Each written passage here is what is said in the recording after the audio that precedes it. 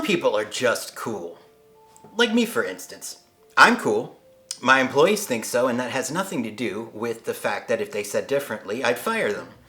But even non-employees, like cameramen here, think I'm cool. No, I don't. Precisely. And you know who else is cool? Today's guest, artist Inka Schulz. Not only is she massively talented, but she radiates coolness. She might even be cooler than me. She is.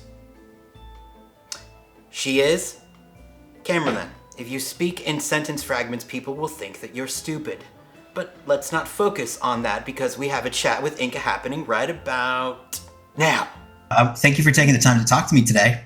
Of course, yeah, no, it's fun. I'm excited to, talk to you about this and be able to chat a bit about magic. So. Now, how do I pronounce your name? I want to make sure I'm pronouncing it correctly. Yeah, it's Inka Schulz.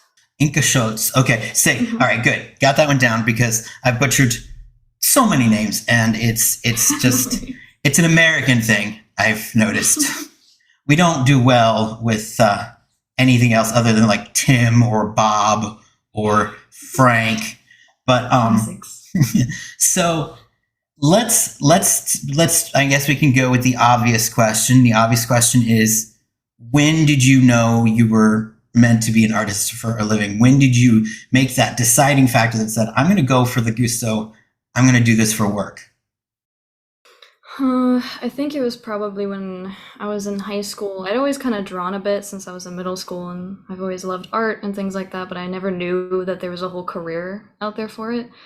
And then I remember when Elder Scrolls Skyrim came out, I got the art book for that game, and I was like, oh, this is a job. Like, people can do art for work, for like games and things, and I thought that was the coolest thing ever. So after that, I started getting into tabletop games like Magic, and I played some of the original World of Warcraft trading card game before Hearthstone was a thing. So once I knew that was a job and I played those games in high school, I was like, yeah, I really want to do this. This would be like a dream for me. So all the games I played and the tabletop games I played really influenced that a lot. So you played Magic before you were a Magic artist? Yeah. Now, who were some of the people that you saw their artwork and you were like, oh my God? Like, there's a few. I would say Chase Stone is a really big one. He's a really big inspiration for me, and his work is fantastic. So he's awesome, and he's somebody I really noticed when I was looking at Magic cards, because I didn't play very heavily, but I always looked at the art quite a bit. And another one that I've always looked up to is Jesper Ising. He's another big one for me. So yes. Got a chance to interview him. He is so nice.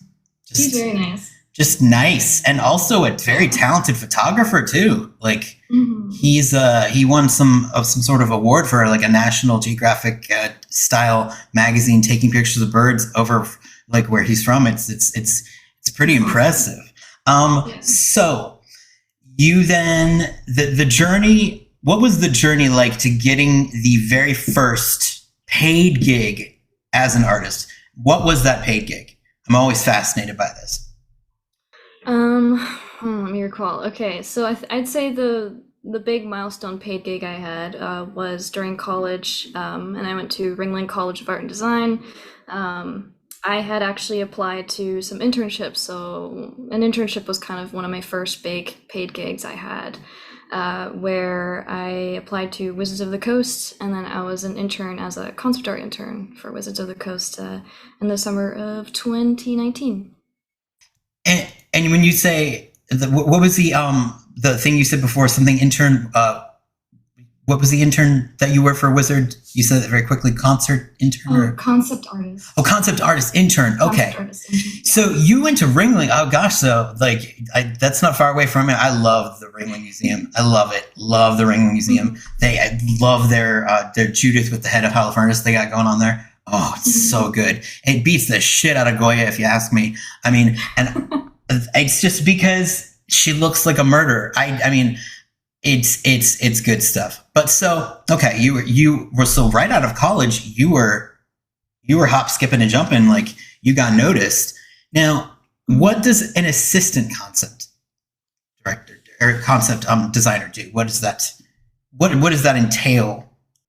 Are you, so you mean like concept art intern? What that Concept kind of art entails? intern, like, do you defer to the concept artists and say, uh, do you have ideas, or do you just take what they have and run with it?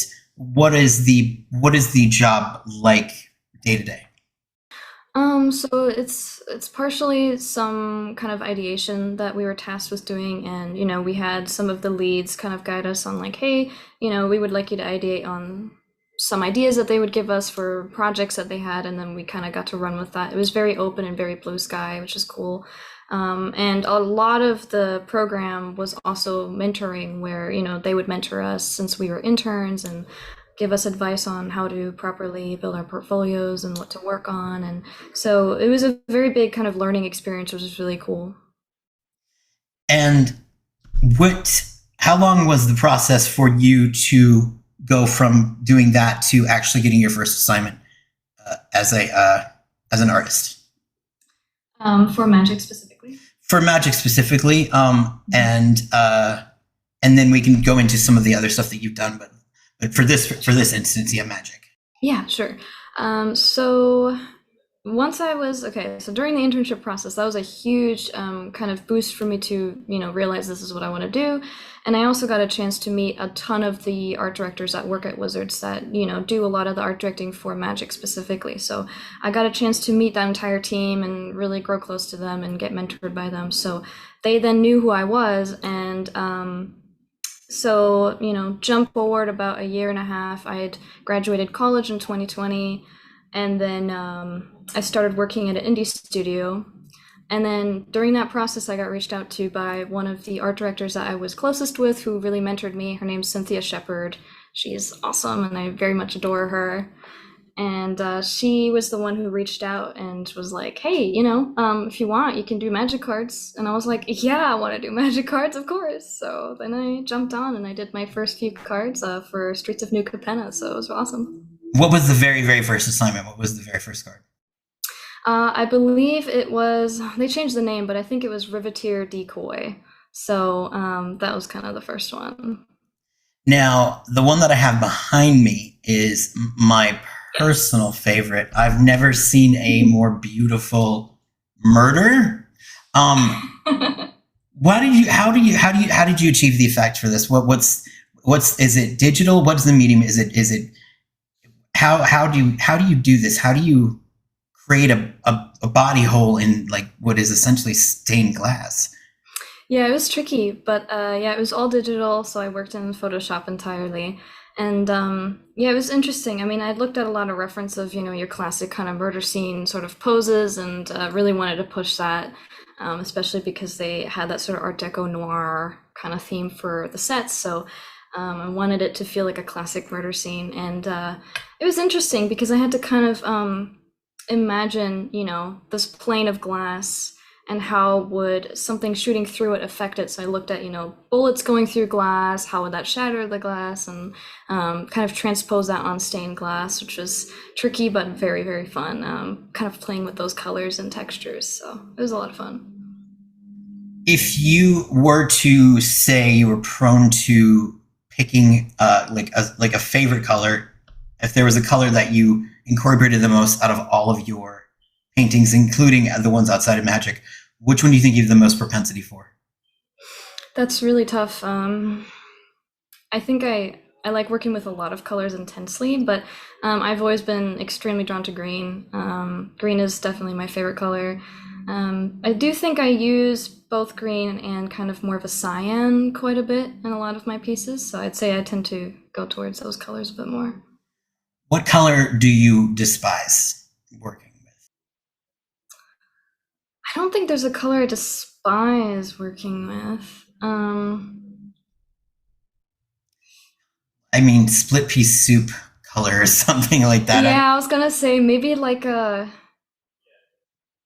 gross yellow of some sort, like a gross yellow, or I'd say like I usually don't use like neon yellows either that much, unless it's like a little accent in a piece. Why is that? That. I think I just tend to stick close to, I really like greens and blues, and like earth tones and things like that.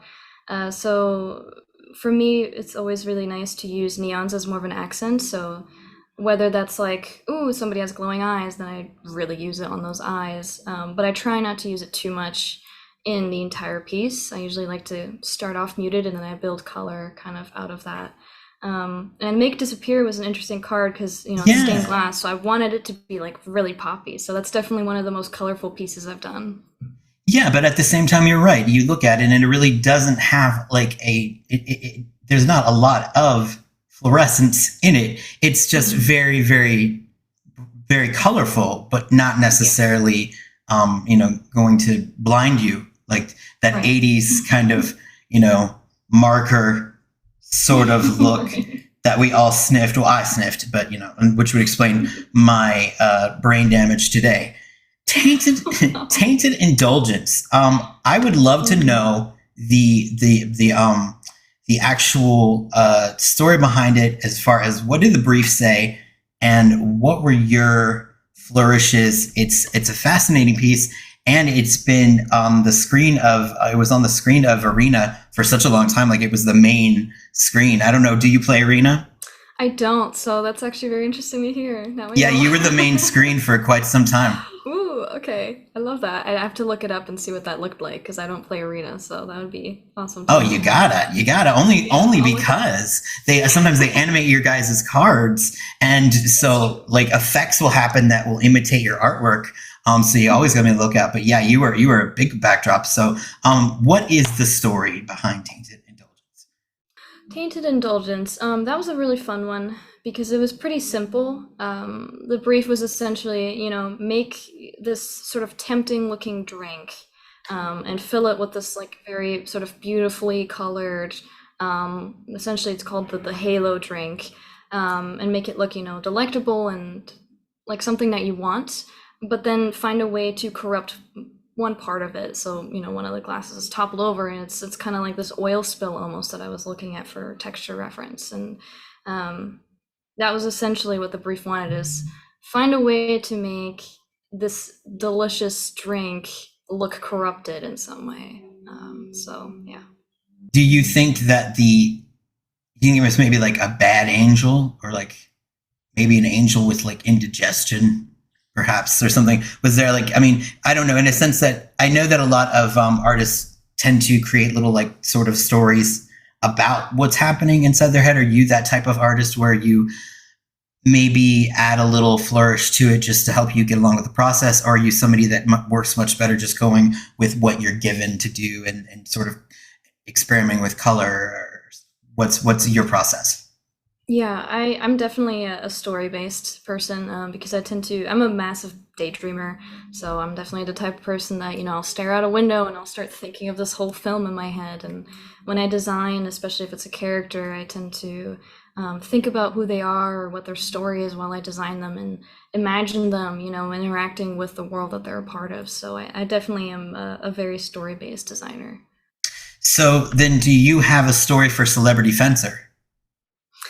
Sort of. I mean, I kind of imagined her as a super charismatic woman who's like very, she's very sure of who she is and not afraid to show it. So I imagined her as a very talented swordsman of sorts. And, she's showing off her sword and she's not afraid to kind of be like, hey, look at me. And kind of knows that she's looked up to by other people. Yeah, she's not to be I guess it was put this kind of vulgarly, but not to be fucked with would be Yeah, exactly. Now, Shameless Charlatan is an interesting piece, and I'm wondering the story behind that one. As far as I love the flavor text. It says, "You see the next disguise in every stranger's smile." There's a mournful quality to it, and I'm wondering what was the feeling when you were going for that? Because you'd think Shameless would be someone that would be almost, that wouldn't care, but I got a sense of mourning that this person's miserable with having to be who they are. Am I often in saying that? I'm not sure if it's directly mourning, but I wanted it to feel uncomfortable.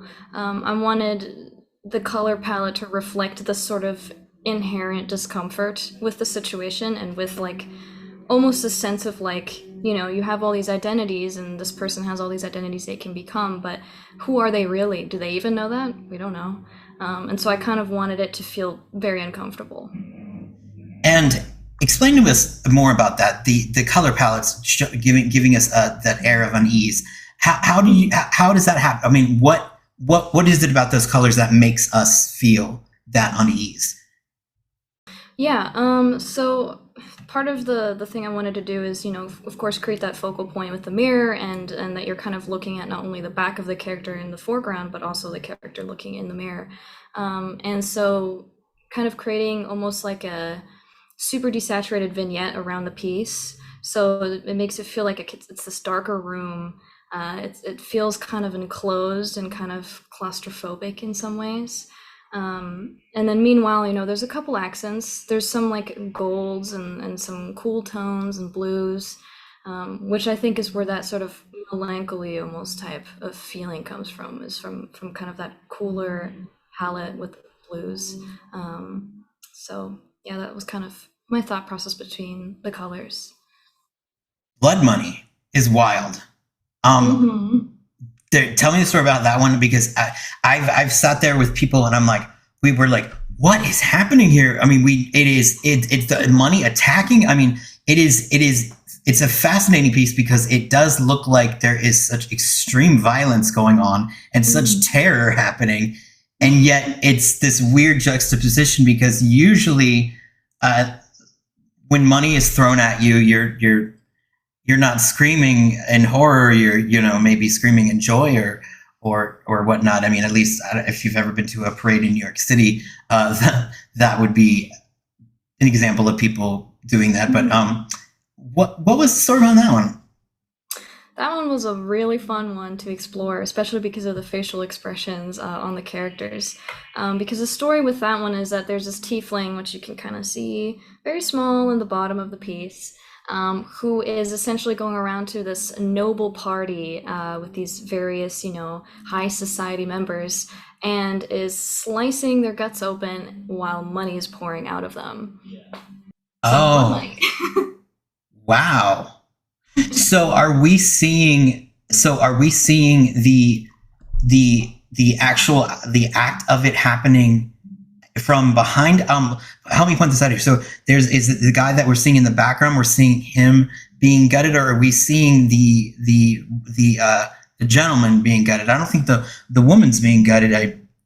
Although there's an arm in some way. They are okay. All right. Yeah. So it's like being line where you have kind of the after effect of the first, the frontal two characters. They've been gutted, and now the money's already been like pouring out, so it's everywhere and all over the place. Meanwhile, you look kind of closer at the little tiefling in the background gutting somebody else open, winking in the process and just kind of going for it. Wow. Oh my goodness. And one of my friends was talking about how tieflings aren't that bad, and I'm like, well, this one is. Yeah, this one's a bright jerk, for sure. Okay, so we're gonna go back a little bit to some of your earlier pieces. Now, would you say that you are if you were to say genre-wise, are you more akin to horror than maybe science fiction or fantasy? Yeah, I figured you were, and because I am too. Yes, because I look at the seer, and I think that's somebody who loves horror. And this was just a practice piece. Yeah. So you just woke up one day and you're like, I need to do a leash today, and I just. Yep. And when you do these ornate designs, do you borrow? Because obviously with magic you can't go for the whole, they avoid any sort of real world iconography. But for the personal pieces, do you allow yourself to take from maybe like pagan or some sort of Egyptian, some sort of old languages that are now dead? Or do the designs just come from anywhere?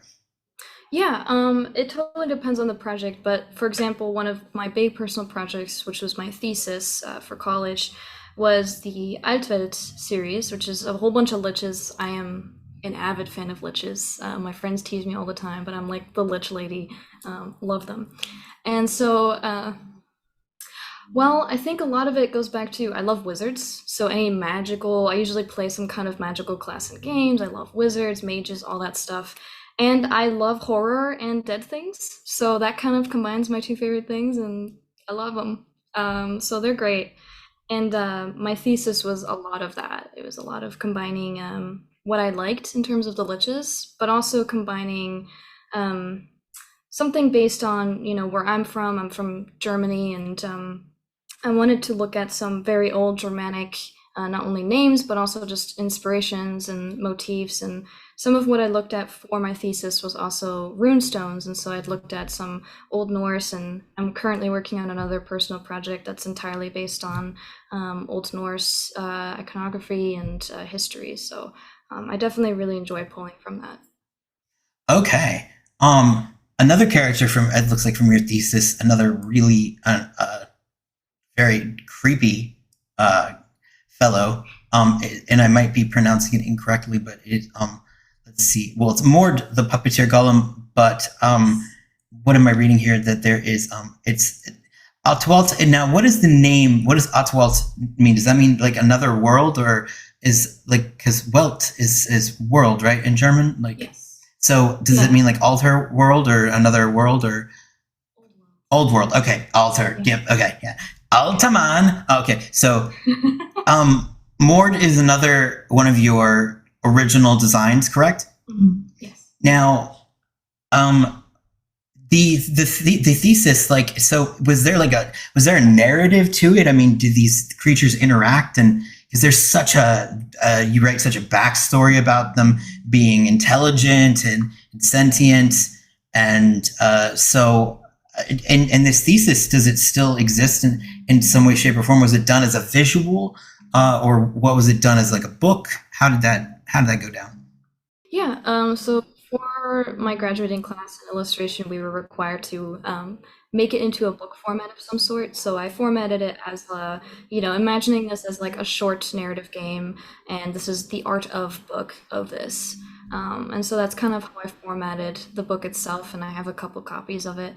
And the story, it's done, and I kind of did the little chunk of the world, but I imagine that at some point I may return to it and kind of further develop it, and maybe continue it on, because I do hold it very dear. So we'll see. Is there a creature, if you could pick a creature that you haven't done in any IP, magic, what have you, what is one that you would just well, I don't want to say die to do, but it seems apt now with the discussion of zombies and leeches. What's one that you would really just find yourself like over the moon getting a chance to have a crack at? Well, I mean, I have to say I'd love to do any kind of lich card for Magic. I know I've done plenty on my own, but doing one for Magic would be awesome. So fingers crossed. Other than that, I would really like to have a crack at doing, any sort of like dragon-like creature would be fun for Magic. I've done a couple paintings for fun, but I've never really done like a full design or full piece. So that would be really fun. Along with anything vampiric too. I'm currently working on a personal project that's kind of vampire themed, but I love the like beast like versions where it's like the Strigoi, where it's very bat like and very primal. Those are the ones I really want to. I'd love to work on more like that. So really creepy ones would be really cool to work on. Favorite vampire movie, or one of your favorite vampire movies of all time?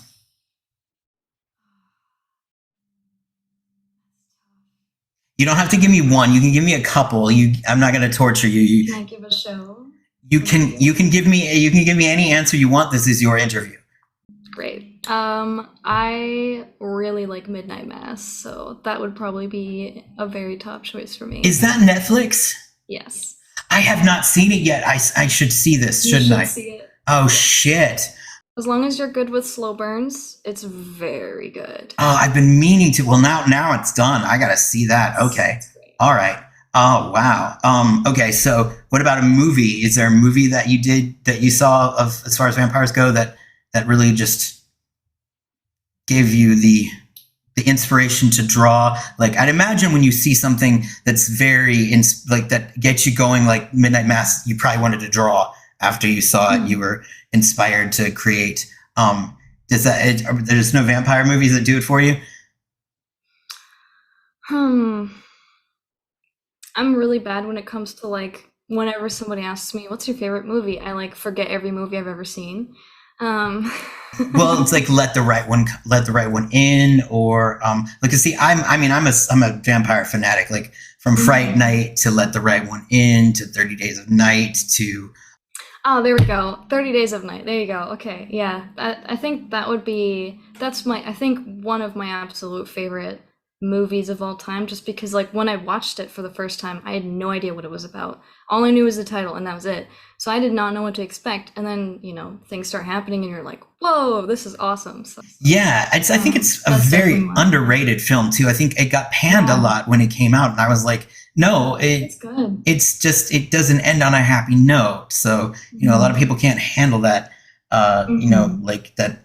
Sometimes life isn't fair, especially when there are vampires Yeah. chewing through your town in Alaska. Yeah, when there's no sunlight for 30 I days. know, right? Oh God, The suspense is great in that one. I love it.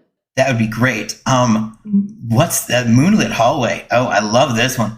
She's in danger. Yes. What's happening? What's going to happen to her? Will she live? We don't know. She might get captured, probably. I imagine running in dress and heels is not very fun through cobblestone hallways, so Well, I can I'm tell you hoping that personally, she's it's doing. not. Okay, good to know. Yeah, I figured. But that's definitely the case here, and people are after her, and she probably won't get away. So, yeah. I love a good chase in movies. Like I think the Hmm. scariest chase would probably be the Texas Chainsaw Massacre. I'd say that. Mm. Oh, that chase lasts for like a good 20 minutes, and it's just like Hmm. I. That's terrifying, terrifying chase. I love the lighting though in the moonlit hallway. I mean, do you study like do you study cinematography for like cinematographer for lighting effects, or do you prefer to go to look at other artists? What is your source of inspiration to learn how to get that proper look of mood lighting? Um, that's it's gonna be kind of broad because I think there's a lot that comes to it for me, whether it's in-person experiences. Something I like to do is whenever I see something interesting light-wise, I just take a photo with my phone real quick and I have a folder where I kind of save, whether it's like how a light hits a towel, and just the shadow shapes or anything like that. I think I do really like looking at real life lighting. But other than that, old painters, even if it's people like Sargent who are incredible, and looking at how they handled it with their kind of brushstrokes. And I did get a lot of really nice light advice from Jesper Eising, actually. He helped me out with that too, and I learned from him as well. So, looking at Chase Stone's work, he's insanely amazing at how he lights his characters and how he's just executing it perfectly. So, that's definitely another really big inspiration. So, it's a little bit of everything, I would say. What was a tip that Jesper gave you for lighting that stuck with you? I would say one of the most important things that stuck with me from that is making sure that your lighting is consistent and also recognizing the types of shadow shapes it would create. And really thinking about that. You don't want to just slap some light on and random shadows. You want to think about how would those shadows move across the form and keep your lighting consistent so it makes sense. So that was a big one for me. Do you ever like test out like I because I've heard this like possibly be an interesting thing, like taking your way something is lit when you finish it and grayscaling it to see how it looks as a black and white thing? Do you Yeah. think that can be an effective tool to Oh, like yeah. letting you know whether or not it's a success? Definitely, definitely, because something really big that I also kind of learned throughout my time painting and through college is if your values are working and if you have it working in grayscale with a nice focal point, values are they make sense, then color is going to be super easy to manipulate and put on as long as your values work. So that definitely is super helpful, is to put your piece every now and then in grayscale just so you can kind of see, does it make sense? Where could I push it? Is there anything that seems weird? Because it should be working in grayscale first and foremost. You senior in your senior portrait, you made yourself the Goblin Queen, it seems. Yes. And very well dressed Goblin Queen, I would say. Thank you. And I was wondering, the earrings that you are wearing, they seem similar to the necklace that you're wearing. Oh, wow. These earrings? Wow. Oh my goodness. So, okay, how do you, God, I would destroy myself. What is the design? Are they like arrowheads, or what are they? They're little swords, so they're like little swords with gems at the top that hang down, and then I have another necklace that's also just a sword, so kind of rocking the triple swords right now. Do you collect, or do you somebody that you see yourself later on in life collecting swords for decorative purposes? Decorative and useful purposes. I do longsword fighting, Hema, so Wow. Okay, for how long have you been doing that, right? very recently. I actually just started a few weeks ago, so I've been wanting to get into it for years. COVID hit, of course, couldn't do it, and now I finally decided to do it, and it's incredibly fun. It's a blast, so I can fully say yes, I will be collecting swords for various reasons. Now, they don't let you use, right? They don't let you use the proper metal, like swords right off the bat, right? Like No. they're not going to give you a death weapon, right? Safety first. No, they don't equip you with steel swords of any sort yet. Those are for more advanced users who actually know how to use them, and whether that's for practice or tournaments. But we start out with like a weighted, reinforced, sort of padded sword. So it's still weighted. It still has the weight to it, but it has a coating of foam on the outside. So if you hit someone, you're gonna feel the pressure of getting hit, but there's no actual pain. It's not sharp or anything. So Right. There's going to be limbs flying, which would be really unfortunate for everyone involved. Oh, yeah. It's a lot of work doing that. I mean, like, that's a lot of upper body. Oh, the arms. My arms were burning the first time. It was pretty intense. So yeah. Do you have to do, I mean, I'd imagine you have to do some sort of like prep work, as far as like they'd probably go in and doing push-ups and try to, assisted pull-ups and that kind of stuff to get yourself All on ready. you. Yeah, it's all on you for you to do that. They don't really start it out in the actual practice, so if you keep just practicing, I think you could build up some incredible arm strength just going to those classes, because your arms Oh, I'm just work sure. out. But I do like push-ups, and I do ab workouts and all sorts of stuff, so I try to make sure I'm ready. If you can find a gym that has one, they have this incredible machine. It's an assisted pull-up machine where there's a weight counter on the bottom where you can actually use the weight to counterbalance your body. So it actually lets you build up your pull-ups. So you can drop the weight down when you get stronger and stronger. Like I've when I was pre-COVID, I was a trainer, and I used to have like 90-year-old, clients come in, and I'd be like, "We're gonna do pull-ups today," and they're like, and I'm like, "No, you can do this. It's really easy. It's a great way to acclimate yourself to getting yourself done." So like, definitely, if you can find one of those, that thing is I'll try out. that thing is the shit, as the educated would say, and clearly I am one of them. And again, Dawn at the Sanctum, it's so gorgeous. I mean, like, these pieces look like as though you lit them prior to, and then did but I know you didn't find some sort of just magical castle lying around, but it's like you could not almost, I could see you doing like design for like somebody wanting to light their house, like with like Fun. like there's definitely like, you have that eye for it. I mean, I can imagine some like muckety muck in like LA being like, I want to have like, a purple on the front, and then, have it glow, and you'd be like, oh, I can do that, no problem. No problem. I got you covered. Yeah, I mean, like, that's definitely something you have an eye for that is striking. What would you, if money was not an issue, if you had all the money in the world, what piece of artwork, or what pieces of artwork would you love to personally own? Okay, there's one specific one. And forgive me if I get the name wrong, but there's No. one. I can't forgive you. Sorry. Too late. We'll end the interview and I'm Um, never speaking again. That's it. Done. Done. We're cutting the interview right now. But there is a piece. I have it saved somewhere because I randomly saw it in a museum. I went to visit some friends in Boston recently, and so I went to the MFA, and I had seen this massive painting there, and I didn't know what the painting was prior. So I took a photo of it. I'd have to go find it. I think it's called Boars in a Forest or something like that. It's by, let's see, Carl Bodmer. Yes, yes. And I'm looking at it Ocean now. Boars. And they're all kind of lounging and rutting around the grass. Like, Yeah. oh yeah, that is so cool. Yeah, so I would say Oaks and Wild Boars by Carl Bodmer is probably the one I would want, just because that's definitely something that would fit with my like home decor sense. And I saw it in person. It's huge and it's gorgeous. So I actually plan to get a print of it at some point and frame it Oh myself. wow, yeah, So, it's a I really like that piece. 52 by 42 inches. Like, wow, It's damn. huge, yeah. You know, and that's interesting. I've never really heard of him before. I feel like an Ignad. Oh no, I hadn't really heard of him that much either. I'd heard the name, but I wasn't familiar with what his pieces looked like. And then, I saw it in the museum, and of course it's extremely striking to see it in person when it's so huge. So I fell in love with that piece instantly.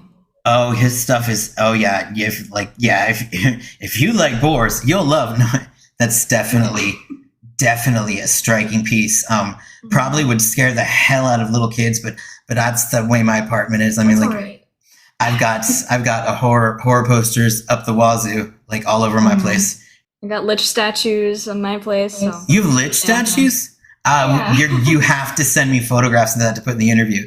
How does one? Awesome. How do you find a lich statue? Did you go on eBay or did you make it?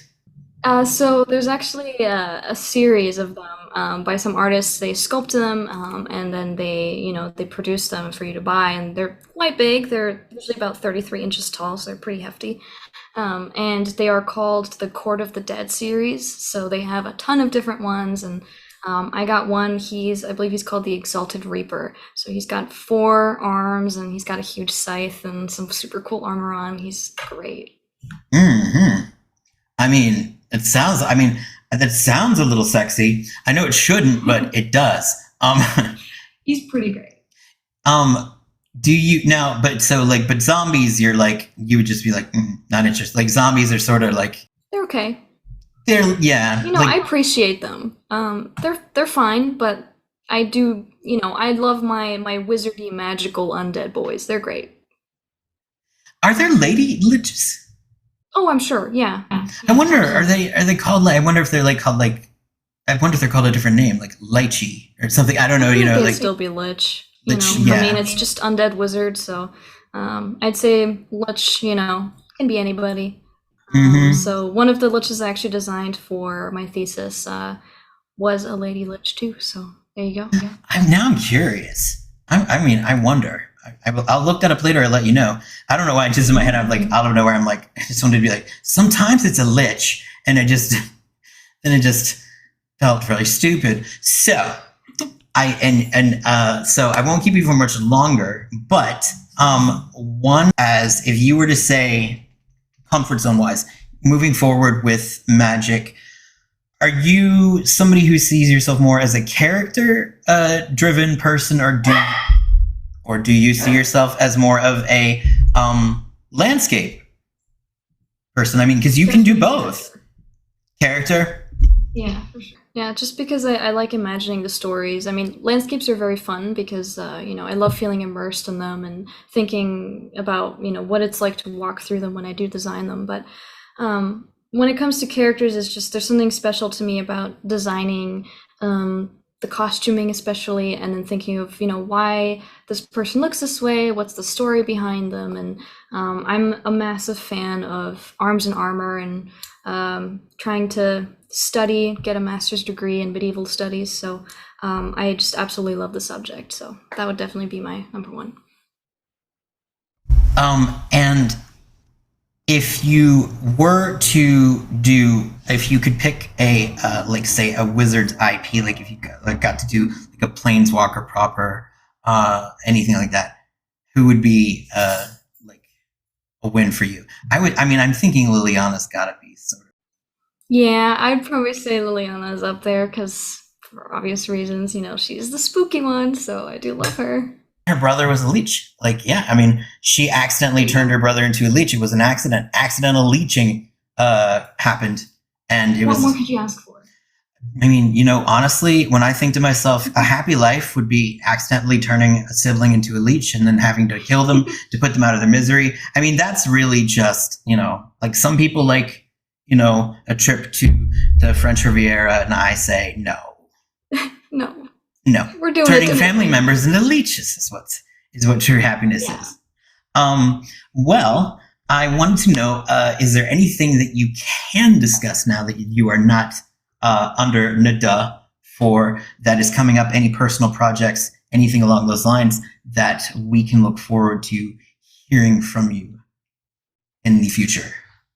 Well, something that I'm very excited for people to see is the announced set with the Lord of the Rings sets. So that should be, at some point 2023. So it's probably the one I'm most excited for, and I know Wizards is equally excited to be releasing that collaborative project. So very excited for that, and hopefully more to come. So lots of sets in the future. I'm sure there'll be more to come. You're a very vibrant talent, and I look forward to seeing all the work you have to do. And I hope you get some good old fashioned horror stuff coming at you. Because I hope so. And that's why I do these interviews, because it's like just throwing it out there. Like if there's a lich or two that needs taken care of. I got you covered anytime. Mm-hmm. You're like, I will be there with bells on. Immediately. I'll be there right away. So thank you so much again for taking the time to talk to me today. It has been great. Yes, it's been wonderful talking with you as well. Well, what did I tell you? Is she not cool as all get out? Of course she is. And I know, because cool recognizes cool. And what's cooler than being cool? Ice cold! All right. Now, You're the antithesis of ice cold. so I'm smoking hot? Cameraman, I'm flattered. And I always knew you had a thing for me, but this is a place of business. We can't get involved. There's power dynamics, and also I don't want to break your heart, so I'm afraid you'll just have to keep your feelings for me bottled up until you're in a place more appropriate to unbottle them. I hope you're not too disappointed that this relationship is only platonic, right? Is that okay? You're a vain, self-centered, delusional moron. I get it. You're hurt, so you're lashing out. I forgive you. F*** off. That's not very cool. But our Patreon is, so check it out and help support the show and me and my lovesick cameraman who has just stormed out of the building. And so I gotta go. I don't know how to YouTube on my own. Good night, everybody. Cameraman, wait. If you stay, I'll let you feel me up.